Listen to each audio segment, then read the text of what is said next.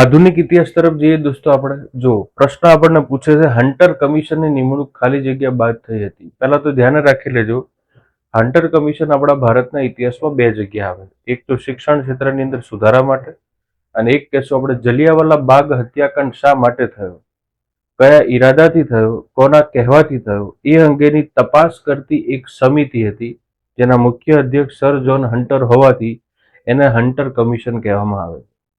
જલિયાવાલા બાગ ભારતના ઇતિહાસમાં 13 એપ્રિલ 1919ના રોજ પંજાબના અમૃતસરની અંદર જલ્લી કા મેદાન મતલબ જલિયાવાલા નામનું એક સ્થાન આપણને જોવા મળ્યું. એમાં ભારતીયો શરદ પૂર્ણિમાના દિવસે એકત્રિત થયા હતા. પોતાની એક ઔપચારિક તહેવાર અને માંગ જે છે એને ત્યાં એ રજૂ કરતા હતા. એમના ડાયર દ્વારા ગોળીબાર કરવામાં આવ્યો. અને હવે આ ઘટના આખી શા માટે થઈ એ અંગેનો ગાંધીજી દ્વારા એક માંગ પ્રબળ કરવામાં આવી, અને એ માંગ જે છે એને જ આપણે હન્ટર કમિશન કહેશું. તો હન્ટર કમિશનની માંગમાં મુખ્ય આગેવાન તરીકે આપણને કોણ છે એવું કદાચ પૂછે તો પણ યાદ રાખશું, ગાંધીજી આની અંદર આપણને મુખ્ય આગેવાન જોવા મળે.